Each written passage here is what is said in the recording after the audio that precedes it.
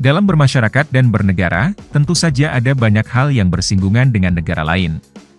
Apalagi dalam era globalisasi, seluruh masyarakat di belahan dunia manapun dapat terhubung satu sama lain melalui jaringan internet. Bahkan juga kita dapat melihat karakter mereka dari media sosial. Dari segala kondisi yang sering terjadi, kali ini kita akan merangkum negara-negara yang disukai masyarakat Indonesia. Teruskan menyimak videonya.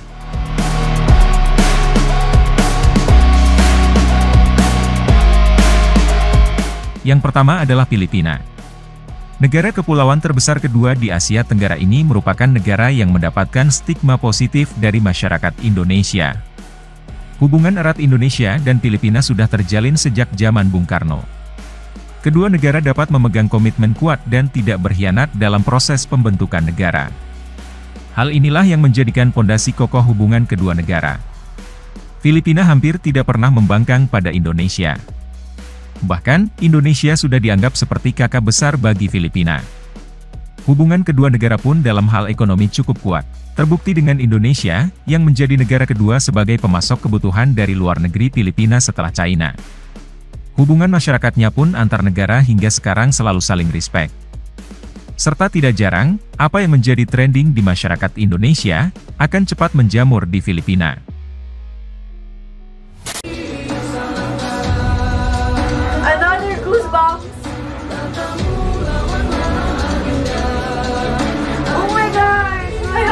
Yang kedua adalah Brunei Darussalam. Negara kedua terkecil di Asia Tenggara ini juga sangat menghormati Indonesia. Oleh sebab itu, masyarakat Indonesia sebagian besar juga menganggap Brunei sebagai saudara dekat. Terlebih, kedua negara tidak memiliki masalah yang kompleks dan cenderung saling bekerja sama di banyak bidang. Tidak hanya di masyarakat, para pemimpin kedua negara pun selalu terlihat sangat akrab seperti saudara yang lama tak berjumpa. Tak ayal pemimpin dari Indonesia selalu disambut dengan spesial apabila mengunjungi Brunei. Begitu juga sebaliknya, tamu kerajaan Brunei sudah dianggap saudara sendiri apabila berkunjung ke Indonesia.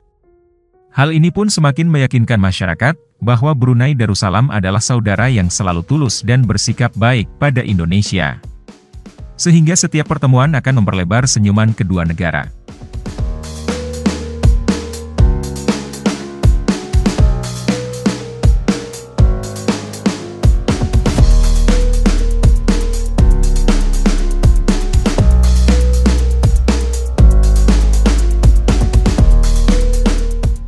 Yang ketiga adalah Kamboja.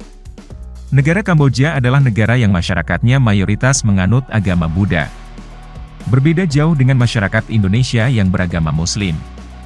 Namun terdapat benang merah, mengapa negara Kamboja yang memiliki letak geografis cukup jauh dan suaranya kurang terdengar, tapi disukai oleh masyarakat Indonesia. Jika teman-teman mengetahui sejarah peradaban kedua negara, maka Indonesia dan Kamboja sangatlah dekat. Tepatnya di era zaman kerajaan, kedua bangsa memiliki hubungan kekerabatan yang cukup kuat. Pada masa itu juga masyarakat Indonesia masih memeluk agama Buddha sama seperti Kamboja. Setelah melewati beberapa masa hingga sekarang, hubungan kedua negara memang tampak merenggang. Namun, masyarakatnya memahami sejarah dan masih memiliki ikatan batin yang kuat. Di mana rakyat Indonesia dan Kamboja tetap saling respect satu sama lain.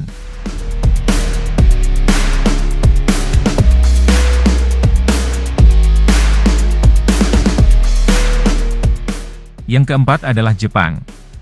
Walaupun negara ini pernah menjajah, namun sikap masyarakatnya sekarang telah membuktikan bahwa kejadian tersebut merupakan kesalahan di masa lalu yang sangat disesalkan. Masyarakat Jepang pun dinilai oleh netizen Indonesia sebagai masyarakat yang ramah dan menghormati Indonesia. Bahkan bisa dikatakan, Jepang adalah satu-satunya negara maju yang minim memiliki maksud jahat ketika menjalani hubungan kerjasama dengan Indonesia. Sehingga memperluas stigma positif negara Jepang pada masyarakat Indonesia.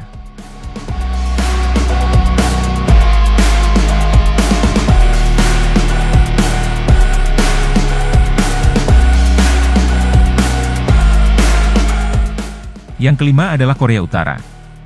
Sempat kita bahas di video sebelumnya, bahwa Korea Utara dan Indonesia memiliki hubungan yang istimewa. Bahkan, ketika kasus pembunuhan keluarga sang petinggi negara Kim Jong-un yang terjadi di Malaysia, dan diduga dilakukan oleh orang Indonesia, Korea Utara tidak mengambil sikap berlebihan. Padahal normalnya, bisa saja ini dijadikan lantaran dalam mengambil sikap bermusuhan. Membuktikan Korea Utara menaruh respek yang dalam pada Indonesia. Sejarah kedekatan kedua negara sudah terjalin sejak lama dan tidak pudar seiring perkembangan zaman. Sukarno presented the orchid to Kim Il-sung and gave it a new name, Kim Il-sung-gya, a combination of Kim Il-sung's name and Indonesia. Joko Widodo mengirimkan sekeranjang bunga untuk pemimpin Korea Utara Kim Jong-un. Buket bunga ini dikirimkan dalam rangka hari jadi ke-72 Korea Utara. President Jokowi, in his message, expressed his belief that the government and people of the DPRK will strengthen efforts to overcome challenges due to COVID-19 in the spirit of Independence Day, said KCNA, the North Korean news agency. North Korea greets Indonesia as a big brother with great respect for Sukarno as the first president and founding father of Indonesia. North Korea's respect for Indonesia is even manifested by keeping various historical memorabilia of Sukarno at the Kumsusan Palace of the Sun. Yang keenam adalah Rusia. Negara beruang merah ini sangat dicintai masyarakat Indonesia pada umumnya. Selain karena kedekatan sejarah, Rusia beserta China juga menjadi sahabat yang dapat mendampingi Indonesia melawan hegemoni Barat.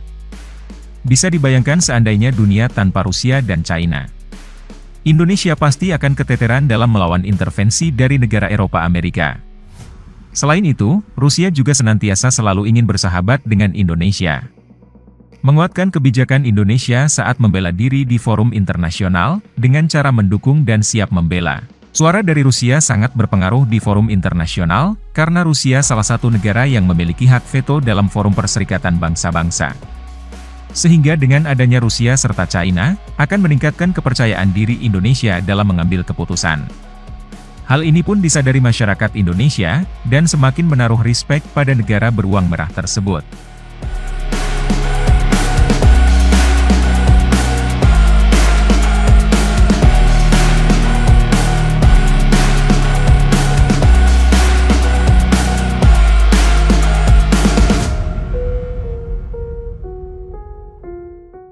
Yang ketujuh adalah China. Negara panda ini dulunya sempat dibenci oleh masyarakat Indonesia. Namun semakin kesini stigma negatif tersebut mulai menurun secara signifikan. China telah berhasil membuktikan bahwa ia bukanlah negara musuh. Serta bersedia mengulurkan tangan, apabila Indonesia membutuhkan bantuan dalam menghadapi negara barat yang sekarang sedang gencar-gencarnya mengintervensi Indonesia. Sebagai negara yang dianggap sebagai kakak besar bersama Rusia, China saat ini sedang membantu membukakan jalan saudaranya yang juga ingin tampil sebagai negara berpengaruh di dunia. Indonesia.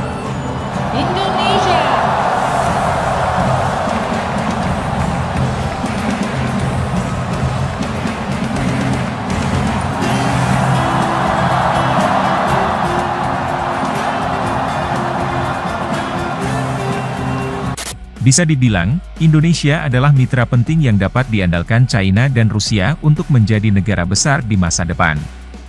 Dan pada saatnya nanti, Indonesia akan ada di belakang China dan Rusia dalam melawan hegemoni negara Barat. Bukti nyatanya dapat kita lihat dari romantika hubungan Indonesia dan China. Di saat Barat berusaha merontokkan ekonomi Indonesia, China tampil sebagai negara yang tidak terima akan hal tersebut.